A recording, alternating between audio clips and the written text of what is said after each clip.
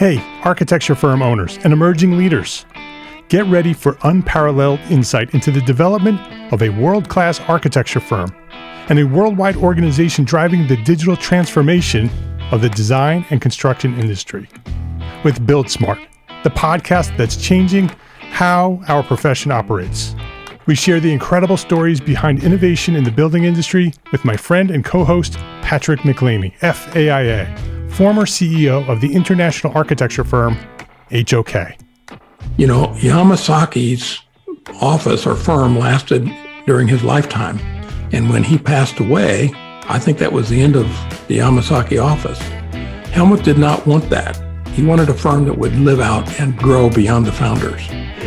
In Season 1, discover the untold stories behind HOK's meteoric rise, from 150 employees in St. Louis to a powerhouse with over 1,900 staff members and 27 offices worldwide. You know, they weren't as polite as the Kojima people. That was just boom. And anytime you have a creditor, whether it's Kojima or the bank, that wants their money, unless you can raise money someplace else, you are out of business. Bankrupt. And hold on tight for Season 2, where Patrick takes us on a new adventure as chairman of Building Smart International, shaping the future of digital transformation in the design, construction, and operation of built assets. Ian Howell, Ken Harold, and I, Ken was my technical representative from HOK. The three of us took a tour of Europe of 5 cities in 5 days. Very busy time. Simply follow the link in the show notes to subscribe to Build Smart now and uncover lessons that will transform you and your architecture firm.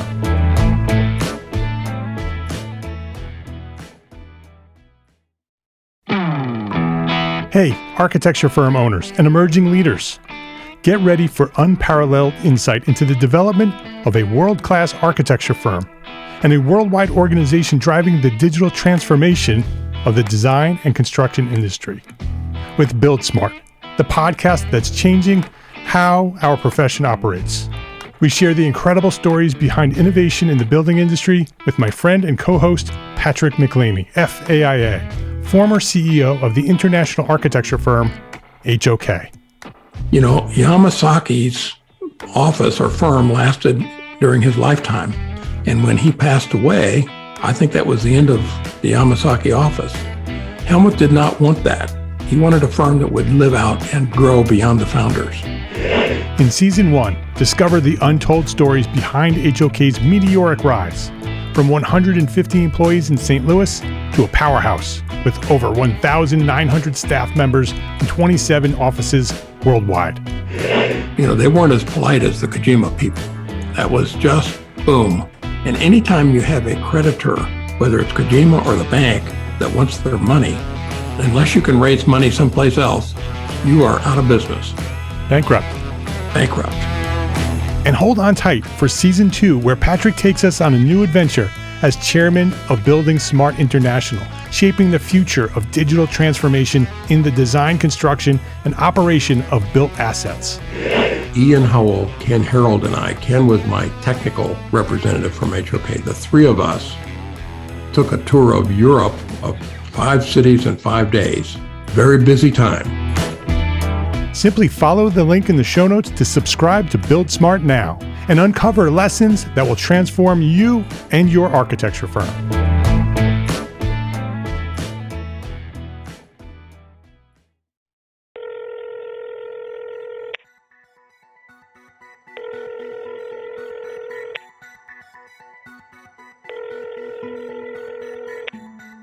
Hi, it's Demetrius. Hey, Demetrius, it's Mark. They're in. Nice. Taking it to the next level. Launching Phase 2 of Gābl Media on October 7th.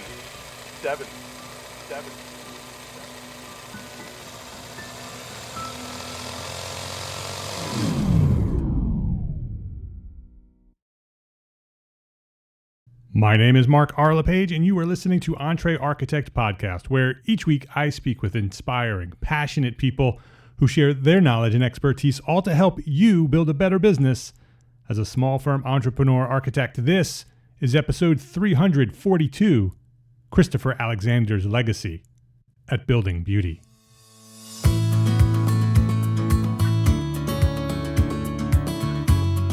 This episode of EntreArchitect podcast is supported by our platform sponsors. ARCAT, the online resource delivering quality building material information, CAD details, BIM specifications, and so much more, all for free. Gusto, easy online payroll benefits, and HR built for modern small businesses like ours. And Monograph, the time tracking and project management tool built for architects by architects. Susan Ingham, Chris Andrews, and Maggie Alexander, welcome to EntreArchitect podcast. Thank you, Mark. Hi. It's great to be here. It is great to have you all here. This is very exciting for me, and I'm sure this will be very interesting to many architects who are listening to this. But before we jump into our topic, let's just introduce our guests here. Susan Ingham is a licensed architect practicing in Seattle, Washington. Her firm, Casa Architecture, was founded in 2004 and specializes in residential design. Susan obtained both her bachelor's and master's degree in architecture from the University of California, Berkeley, where she studied and worked intensively with Christopher Alexander and his colleagues. In 2017, Susan became a founding faculty member of the Building Beauty program, which is what we're going to talk about today. That's a postgraduate architecture program located in Sorrento, Italy.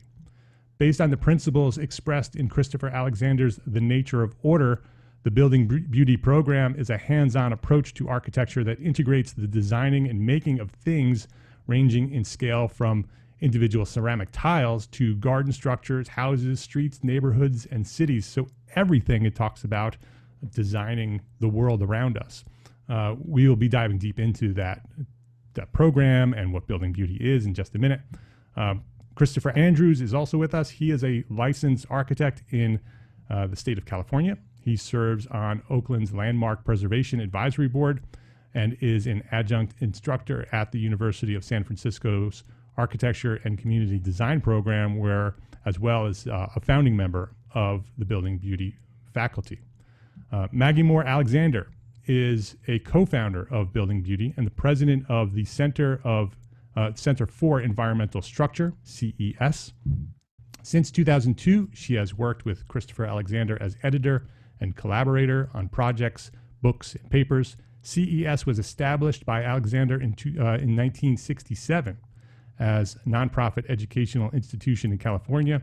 It has offered professionals, academics, and students the opportunity to delve into profound research in the nature and qualities of architecture and can currently see the results manifested in actual buildings and projects designed and built worldwide. CES is currently developing the Christopher Alexander Center for Environmental Structure Archive in Berkeley, California. That was a long introduction, but that gets to the heart of everything that we're talking about here, right? This is going to be an episode about Building Beauty, which is inspired and started by the three of you and Christopher Alexander. So before we even get started with any of that, Susan, could you, for the people who may not know, can you start off by introducing Christopher Alexander, who is the common link for all you do and the work that you're doing? For me, before you do that, but for me, Christopher, I learned about Christopher Alexander in architecture school through his book, A Pattern Language, which is still a resource and a reference for me. Every time I'm trying to solve a problem or need some inspiration in architecture, I go grab that book because it is a book that helps solve problems. It helps inspire architects and any sort of design. So for anybody who doesn't know, can you explain who Christopher Alexander is and why he's significant in our world? Yes, I'd be glad to, Mark. Christopher Alexander was actually not educated as an architect to start with. He trained in mathematics at the University of Cambridge in the UK. He grew up in the UK. And but he was always interested in the environment, and he ended up coming, I think, over to the US and did his PhD work at Harvard, looking at this question of quality in the built environment. And his main question was, why are all these traditional places, why are they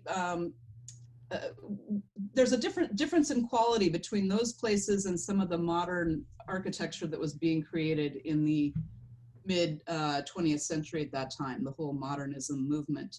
And Chris was trying to figure out what the difference was. Why did these traditional places feel so much better, warmer, more comfortable, and versus the more modern places that tended to feel cold and kind of alienating, not so comfortable places. And that was the basis for his PhD work. He came to Berkeley, I believe in the 60s, and was a professor. His PhD actually got quite a bit of press. It became a book, his first book, which is called Notes on a Synthesis of Form. And then he came to Berkeley after gaining some notoriety with this book and became a professor there, which he stayed at Berkeley for several decades at that point. During the 60s, he continued to ask these questions about what makes a good environment? What makes an environment where we feel at home or comfortable? And he began a series of papers and books. In the 70s, he started publishing many of these ideas in a series of books. A pattern language is the best known of these, and it is a collection of, I think, 253 patterns that basically try to solve environmental problems. So his group of people who were helping him at the Center for Environmental Structure, they were really looking at what can solve a problem in the environment. And so these were very kind of functional solutions. So an example might be, there's a pattern called entrance transition, which says that it's much nicer if you transition from the outside to the inside, if you go through a covered porch, or you come up some stairs, or you don't just go from outside to inside with one door, that's less comfortable. And another one is light on two sides of every room. So whenever you can, we want to try and have windows on two sides of every room, because that creates less glare, it creates a more comfortable place. So this book was really his way of putting out there some of the problems in the environment and then offering solutions to that.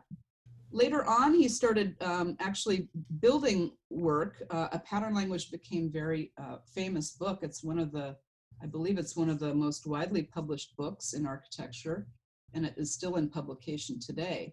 But he noticed that when people would be building things with a pattern language, sometimes they'd pick and choose some patterns to use, and the result still wouldn't be quite where he thought it should be.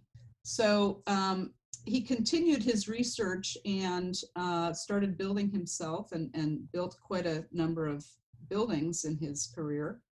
And then the next series of books were kind of his magnum opus, one can say. It's a series of books called The Nature of Order. And in that set, he not only was looking at the functional problems of the environment, but the geometrical nature of it. So what about these environments in terms of their shape or their configuration led to something that was more pleasing versus less pleasing? And that's where he connected to this idea of beauty, and that creating beauty is really kind of the main goal of what we as architects should be doing. So that's kind of a quick introduction to Christopher Alexander. He's certainly has written many books and has built many buildings, and has been very much inspiring to me, of course, as well. Yeah, very inspiring, and it's so interesting, the work that he has done. I mean, I think human beings innately feel much of what he's documented, right? He has sort of decoded our environment, both the natural environment and the building environment, and has documented it in a way that regular, normal people can understand, right? You can read a pattern language and it's really easy to understand, and it makes sense. And then you start looking at the world around you differently. You say, oh, look at that. There's a pattern. There's another pattern. And that's why I feel the way I feel. When I walk into this room, I feel, you see it every day on HGTV. People will walk in with those shows where they're doing the house hunters or whatever, and they walk in and they say, oh, I like this bright and airy room. Well, there's a reason you like this quote unquote bright and airy room. It's because it has light on two sides, or the doors in a certain position. And that's all from, the patterns of our built and natural environment. So very significant work, very significant person. So where was the inspiration, Maggie, where was the inspiration for the Building Beauty program? So it came from the what is the name of the book? The Order of the Nature of Order. The Nature of Order, right? That was where the program has been inspired from the work in that book. Tell us more about the program. What is it and why was it founded? The Nature of Order had been out quite a while, because we started talking about this in late 2016, and The Nature of Order was first published in 2002 to 2005. And one of our colleagues, Sergio Porta, came to visit Chris and me and said, we have a chance to start a new program in Italy, which is a place in southern Italy, which is a place where beauty abounds. And we could be in the center of a place that teaches everything Chris has said is important just by being there, and use his teaching model, which Susan and Chris enjoyed, along with many others, and make this dream come true again. Do you want to? So Chris and I said, well, yeah. To Southern Italy? No, I don't want to go there. And that started our adventure. Then we scurried to find Chris and Susan and several other colleagues who helped us build the program. And we began the fall of 2017. So we've been at it a few years. And this year, we're offering the program online due to most people's inability to travel with the pandemic. So we're reinventing it again, and we're moving forward in what I think gets more exciting all the time. So it's a postgraduate architecture program based in Sorrento, Italy, based on Christopher Alexander's teachings, right? That's essentially what it is? That's the core of it, but we get into the work of many others, and we're finding more and more that the work of many others is related to what was important to Chris and what he talked about in The Nature of Order. So we're making those connections and building an international community. Our students come from different parts of the world, and we want that community to grow, especially now. This is personally important to me, that we are able to help people recover their communities and build settlements and find comfortable ways to live, regardless of the difficulties people are facing for who knows how long. Yeah. So it's become more poignant for me personally. I'm not an architect, so I've been working with Chris since 2002 in various roles, but I really depend on my architect colleagues to guide the way with the actual building and working directly with students to support them in what they want to build. Yeah, very important time right now for our environment, right? And we're going to have to do a lot of rebuilding, both societally as well as physically, and how the environment gets rebuilt is we have an opportunity to do it in a new way, and in a way that's more successful, not only in the architecture of it, but how it affects the people living in and around it. And that's very much based in Christopher's work. Chris, as a founding member of the program, can you talk a little bit about how the faculty was put together and how that works now? Sure. I just want to take a little Yeah, absolutely. Sure. Here, you had mentioned earlier about origin stories, and I just want to very quickly talk about my own I would love that. discovery of Don't brush through it. Okay, so it's pretty brief. I was a freshman at the Rhode Island School of Design in 1977. In fact, pattern language had just come out, and I was roaming through the library there, trying to find books on architecture that spoke to me because I was a little confused by what my professors were talking about, because they were mostly having us look at modern buildings.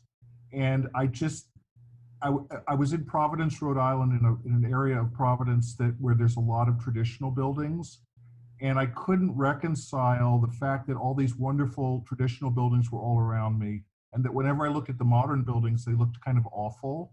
And yet my professors were telling me that I should be paying attention to the modern buildings. Yeah. And so I was trying to find an alternative to what my professors were talking about. So I'm roaming through the library at Rhode Island School of Design, and I started in the monographs section for architects, and I found Alexander's book completely accidentally. And I opened it and I started looking through it, and it's obviously it's actually beautifully designed book. Yeah. And so that's the first thing that's kind of striking about it. It has You're talking about a pattern language? A pattern language. Yep. And I just started reading it, and I just was touched immediately by the photographs and by the simple kind of soundbite statements that open each pattern. Yeah. And by the design of the entire book. And I just took the book out of the library and I just read it cover to cover. And so this is how I think we all are introduced to this work in some way. We find that there's something that's not quite working in the way that we have been taught to approach the environment. And then we come across this work that speaks to us in a much deeper way. And so I think that, the way that all of us have come together, Susan, Maggie, myself, and all of the folks who were involved in Building Beauty and some of the other consortiums of folks who have been trying to continue this work forward, has been very organic. I mean, the way we met Sergio, he was attending a conference in San Francisco, and he started talking to me about he wanted to start this school and so forth and so on. And I said, oh, you have to meet Yodan, and I introduced him to Yodan. And then through that, I think he'd already been in conversations with Maggie, perhaps. But all of us met in this kind of organic way, of and things are obviously continuing to happen in this way. I think what's really exciting about what's moving forward with what we're doing now is we see a tremendous opportunity in what's going on in the world. This fact that we've actually been forced to interact with each other through the virtual world of podcasts and Zoom and all of that actually presents a tremendous opportunity to us to expand what we're doing. Even though being in Sorrento, in this beautiful Italian town, was fantastic, in some ways this is offering new possibilities for ways for us to expand this work. And so some of this is actually foreshadowed in the very structure of a pattern language. I think a lot of architects took a pattern language as, a way to solve some problems. Oh, the problem of a porch, or the problem of, a backyard or something. Right, like a prescription. A prescription, not really understanding that the actual, one of the really important things about that book was the overall structure of the book. That all of these patterns are linked to each other in a very specific and kind of almost geometric way. And that we have to look at the entire environment at all levels of scale, from the scale of the city to the scale of a piece of trim on a door, in this linkage. And that's something that I think really was actually the most revolutionary thing about that book, because lots of architects were trying to solve individual problems in the environment. That was not especially in the 1960s, with design theories, that was a very rich topic that was being explored. But this overall linkage is something that I think Chris and his colleagues really began to see in terms of some computer theoreticians have called pattern language the first hyperlinked text. Right. Yeah. I read that because I was doing a little research before our call, and one of the first things in Wikipedia, it says in software, Alexander is regarded as the father of the pattern language movement. The first wiki, the technology behind Wikipedia, led directly from Alexander's work, according to its creator, Ward Cunningham, which I thought was really interesting. That it's not, like exactly what you're saying, Chris, is that it's not a book of prescriptions, right? You don't just go in there and say, how do I design a good porch, or how do I make the house look better? It's about designing an entire environment, right? Our entire society can be built through these patterns. And when it is, they all start to work together and they all start to become much more successful, because from the trim to the patterns of the streets, all of it is linked. We will return to our conversation after this quick break to say thank you to our platform sponsors here at EntreArchitect: ARCAT, Gusto, and Monograph. Unless you're working for one of the top architecture firms in the world, you know what it's like to work with limited resources. But there's one resource that you can access no matter what size your architecture firm: ARCAT.com. ARCAT is the online solution for your building product information needs. They offer BIM objects, CAD details, specifications, and much, much more from leading manufacturers from all over the world. Research building products and get the information you need all in the same place, fast and easy. And best of all, it's free. ARCAT doesn't charge you anything for these resources. You don't even need to register or give them your email. And when I say it's free, there's no catch. Visit arcat.com and try it out. Search for the resources that you need, and ARCAT will deliver. That's arcat.com. That's ARCAT.com. arcat.com. Build better.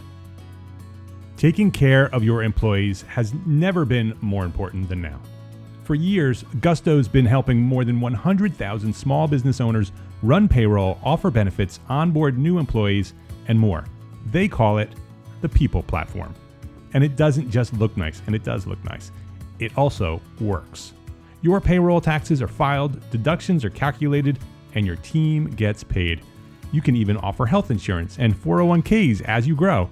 As a listener of the EntreArchitect podcast, you will get 3 months free after your first payroll when you go to EntreArchitect.com/gusto. That's EntreArchitect.com/gusto. And make sure that you let them know that you're a member of the EntreArchitect community. Gusto, the People Platform. Visit EntreArchitect.com/gusto today. Are you tired of spreadsheets?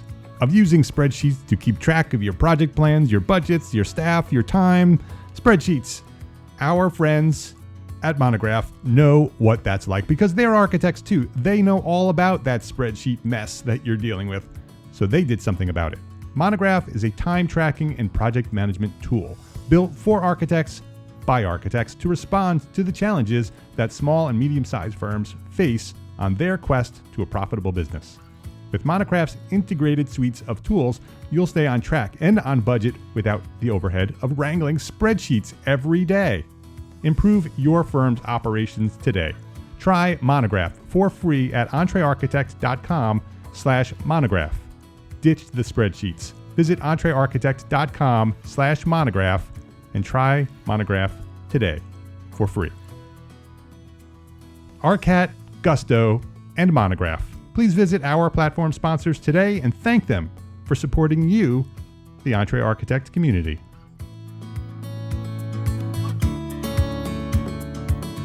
I think another interesting thing, just looking at the history of a pattern language, the book, Murray Silverstein told me that one of the intentions when they had first published the book was that it really be widely disseminated. And they actually designed it in such a way that when you open the book, it fit on a Xerox machine. So you could actually Xerox the book. Yeah, that's exactly. Very easily. It was not meant to be something that had to be purchased. You could there was also no, I don't know if you remember a book in the 1960s by Abby Hoffman called Steal This Book.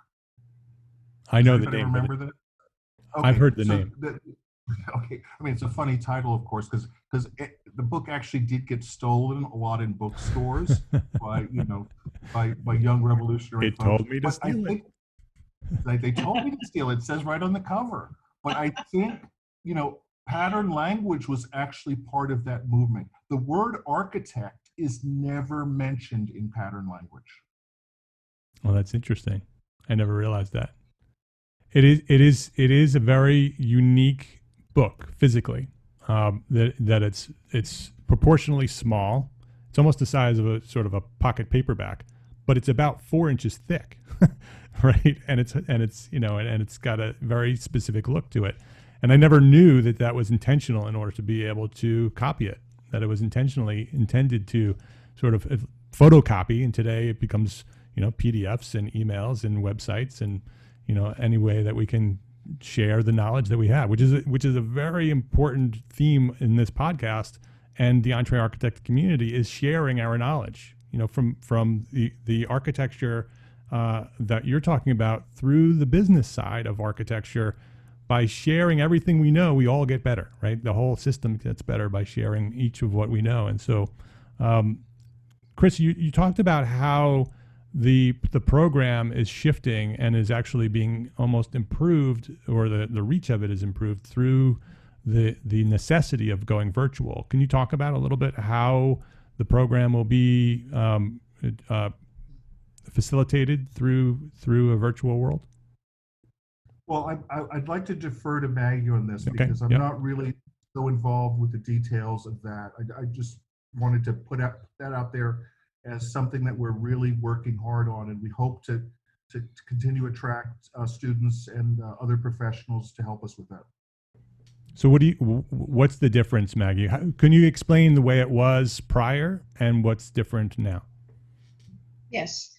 The core of the course is about building, making, and going from small to larger levels of scale. And in Sorrento, finally building a project in the large garden there that has needed a lot of repair. So our first class did a lot of work to investigate the whole garden, and a garden meaning part of it is used to grow fruits and vegetables, but it's also open space and play space, and should be a place where students can go outside and study together and so forth. It's quite a large area, but it was hardly used. So our students worked with staff and other people who were there studying, and each other, and learned how to interview for what would this place be if it was really wonderful for us. And throughout the year, they developed materials which are on our website. And in the end, they built a project, and then classes followed them and did the same. Now we are thinking about and planning for working with students where they live. In other words, they can build a project at home.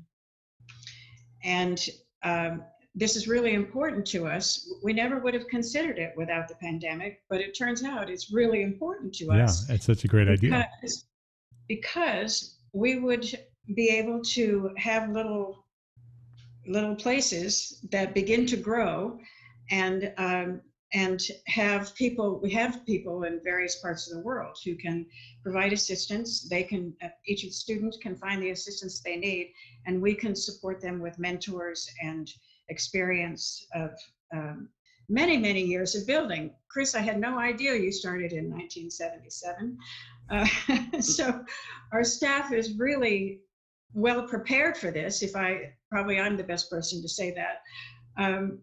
And it's exciting to think that we can help people in their communities, in their homes, whatever is in most need of repair or building, where they live, and they don't have to leave.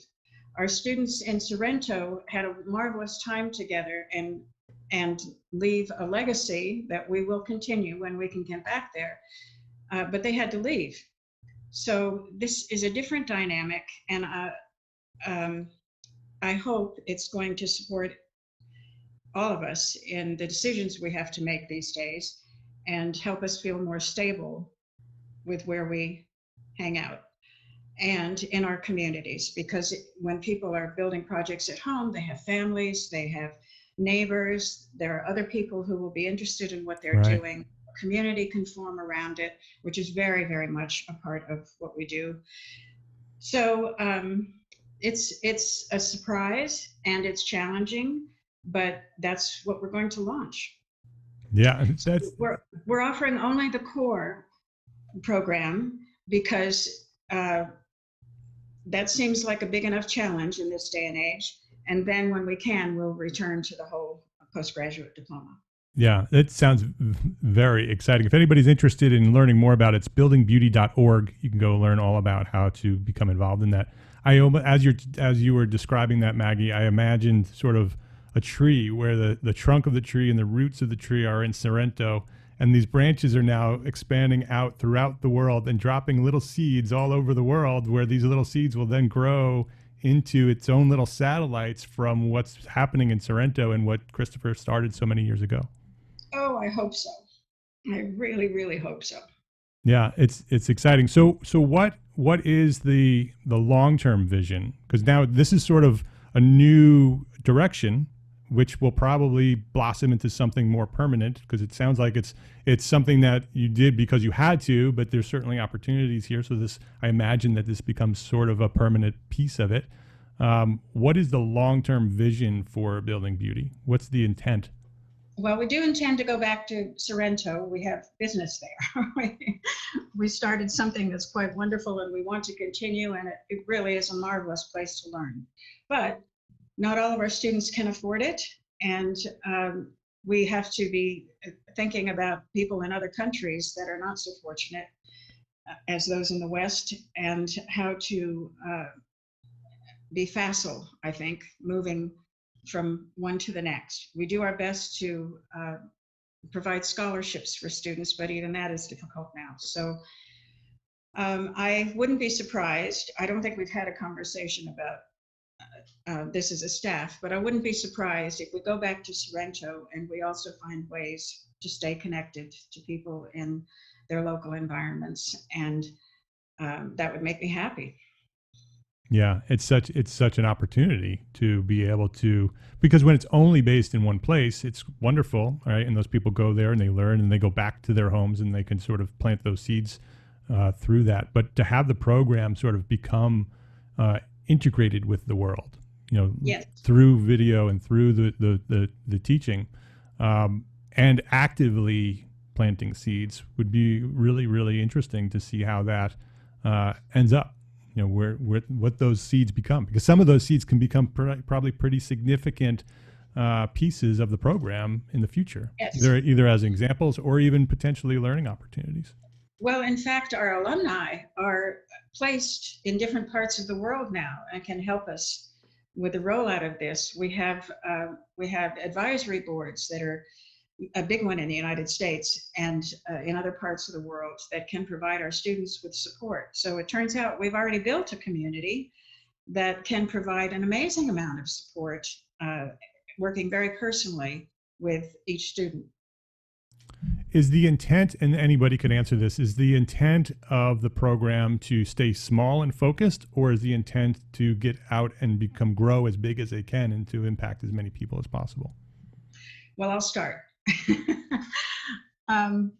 We will never stray away from the very, very personal connection we have with every student, every staff member, every person who has been involved with Building Beauty to provide curriculum support or craft support. It's a growing community with a tremendous heart. So we never want to let go of that. At the same time, we want it to be cross-cultural. We want it to be cross-disciplinary. Chris's vision of his work was very, very broader than most people can entertain. And there are people in many different disciplines, you've already mentioned one in the computer industry, who have taken his work and taken it on.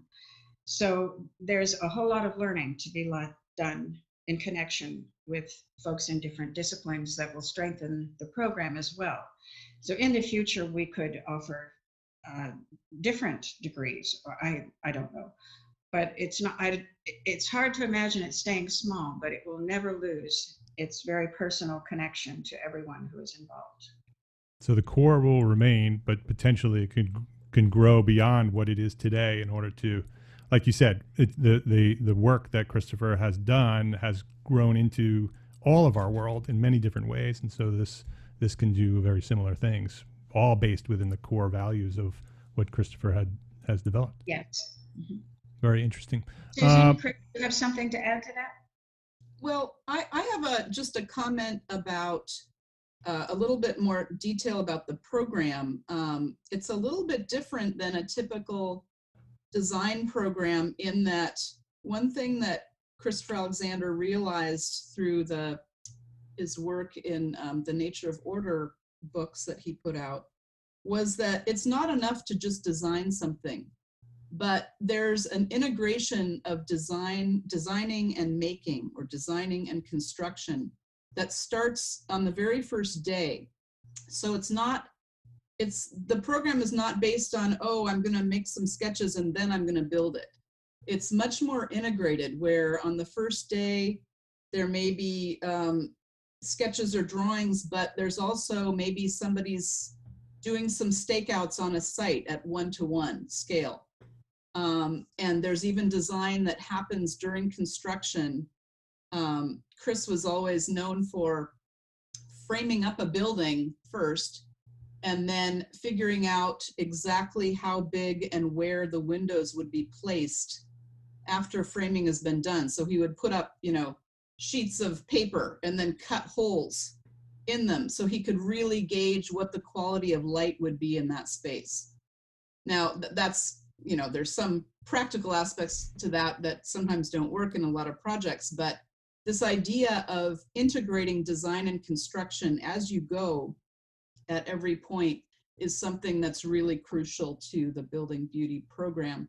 And so we start out usually with very small projects, making a tile, for example, that becomes one part of a greater whole, and making a piece of furniture, for example. And then we go up to the bigger project of, in this case, this year, it will be everyone will have a chance to do something in their own home or their own community. But it's this idea, again, of blurring those boundaries between designing and making. We do a lot of tests along the way, a lot of full-scale mock-ups to test what we're drawing. Usually the site plan is done by, we'll do a stakeout of the building volumes to make sure they feel right. And then the drawing just becomes a recording of that stakeout. It's not, we do a drawing and then we test it. It's the other way around. Yeah.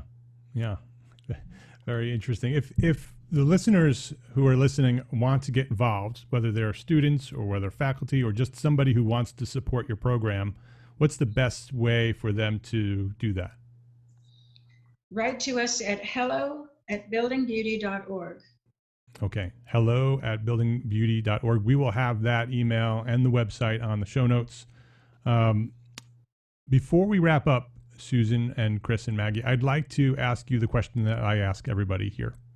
It's a big, wide open question that sort of allows you to answer it in any way that you want. But the question is, what is one thing a small firm architect can do today to build a better business for tomorrow? Susan, do you want to start with that? Sure, I would love to start with that. I thought about this question, and I think I'll bring one of Christopher Alexander's patterns into this. So this is more of a design answer. Okay. And there's a pattern that he has. It's pattern number 104. It's called site repair. And I think about this pattern a lot when I'm designing and making anything. And in that pattern, he says that buildings must always be built on the worst part of the site, not the best part of the site. And the reason for that is you want to preserve the most beautiful part of your site and then create your building around it so that you can improve that part of the site as much as you can. And that's really contrary to what a lot of architects have been trained to do. So my advice would be when you're working to always keep that in mind of making sure you're preserving the most beautiful part of something and then building around it to improve it. That's very, very good advice. Chris, how about you? Yeah, I think I want to just reinforce what Susan said and talk about some of the things that Chris and his colleagues taught us and we learn as we practice, which is this idea of what's the next right move to make to improve what's going on around us. And rather than do this impulsively, it actually requires some reflection, because all of us are especially now, are overwhelmed with all these things we have to do in our lives, obligations to family, our work, taking care of our own health, etc. All of these things are really, obviously pressing on us right now. But sometimes we need to kind of be able to step back and reflect on what is really the right next thing to do.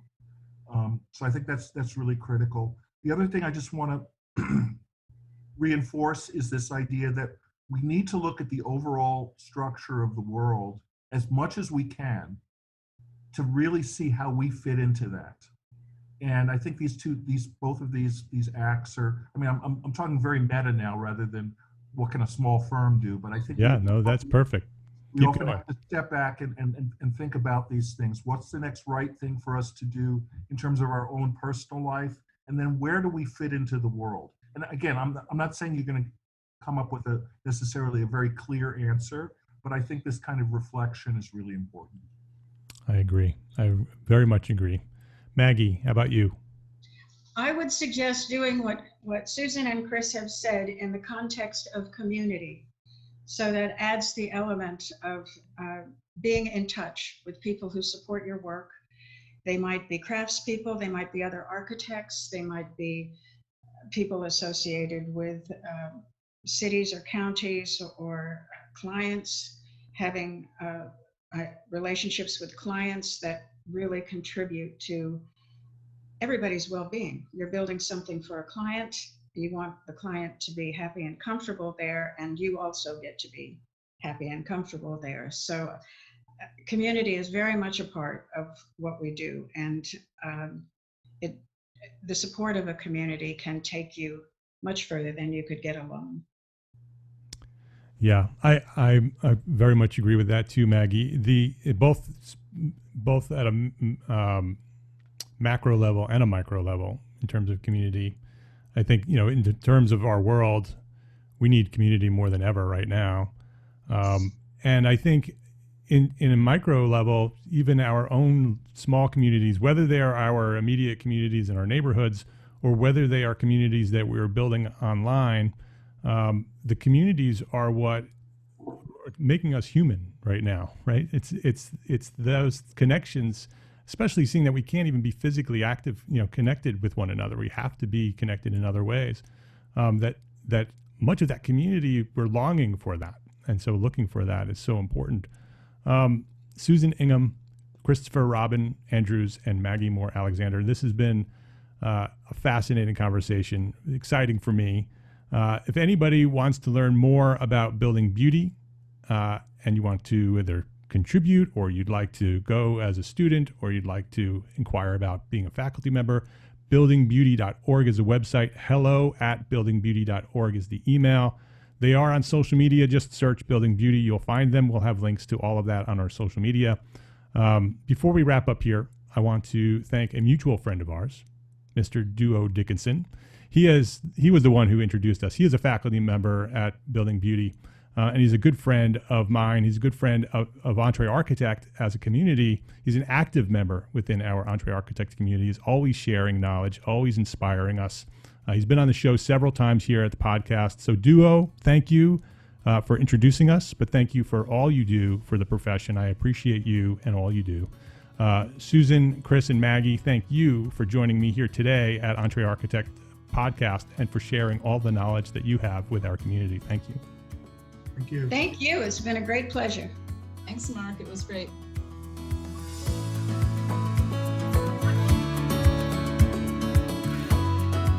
You have been listening to episode 342 of the EntreArchitect podcast. If you would like to access the show notes or share this episode with a friend, the link to share is EntreArchitect.com/episode 342. Please share that link with a friend, EntreArchitect.com/episode 342. If you are listening to this episode in late September 2020, Building Beauty is enrolling right now. Learn more at buildingbeauty.org. Go there right now, buildingbeauty.org. Check out what they're doing and how to enroll for the next semester. And these are the final days of registration for the EntreArchitect 30-day Build Your Brand Workshop, a completely new branding workshop here at EntreArchitect. Registration will close on Monday, September 28th at 11:59 p.m. Eastern Time. Your success starts with the story you tell. The Build Your Brand Workshop starts on October 1st, and after 30 days, you will be fully prepared to implement a powerful branding system for your architecture firm. As you complete each component of the Build Your Brand framework, you will assemble your firm's new brand manual, a system document to reference when developing your new marketing materials, building a website, preparing proposals, and sharing your story with clients and consultants and employees.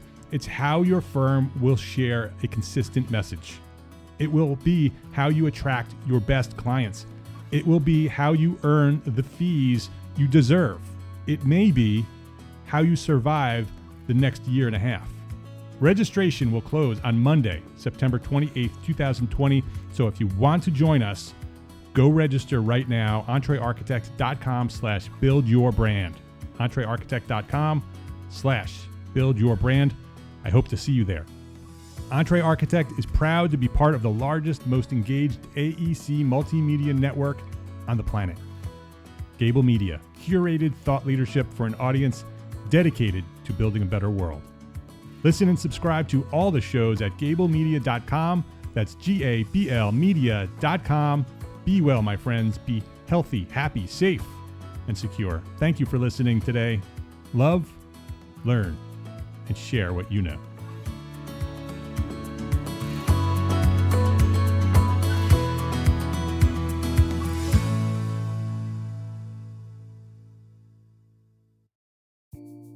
Imagine earning continuing education credits while doing exactly what you're doing right now. Well, you can. Gābl Media has revolutionized the way you earn your continuing education credits with a groundbreaking approach. Forget running around town and scouring the internet for credit-worthy courses. Fulfill your CE requirements effortlessly by listening to engaging podcasts just like the one you're listening to now. Our podcasts are designed to educate, entertain, and inspire, all in a user-friendly environment. But wait, there's more. Architects, Gābl Media is also approved as an AIA continuing education services provider. Upon completion, we handle everything, from reporting your hours directly to the AIA to storing your certificates in your personal Gābl Media profile for your self-reporting needs. So follow the link in the show notes and start earning your credits in the most innovative and entertaining way possible with Gābl Media. Attention architects and creative minds, get ready to supercharge your brand with Build Your Brand, the podcast that's unlocking the secrets of branding success for creatives. Hey there, it's Mark Arlepage, founder of EntreArchitect, and I'm inviting you to join my friend, architect marketing expert Jeff Eccles at Build Your Brand podcast, where he explores the captivating stories of the world's top brands and transforms their lessons into powerful moves for small firm architects and creatives like you. In Season 1, Jeff shares the thrilling tale of Southwest Airlines, where he dissects their journey to the summit and distills it into strategies tailor-made for you. It's important to keep in mind that companies like Southwest compete in the real world, just like you, and face real-world challenges, just like you. You might be surprised at how similar those challenges are to the struggles that you grapple with on a day-to-day basis. Don't miss out on your blueprint for success. Subscribe, tune in, and let's build your brand together. You may have noticed that the very best brands in the world are also known for having somewhat unique corporate cultures. That's often the glue that holds everything together when they encounter those rough spots. We don't do it because it inconveniences the passengers to whom we are primarily dedicated, the short haul, frequent flyer. Follow the link in the show notes to subscribe to Build Your Brand today. Remember, no matter the size, the journey's the same. Your brand's journey to the top starts here.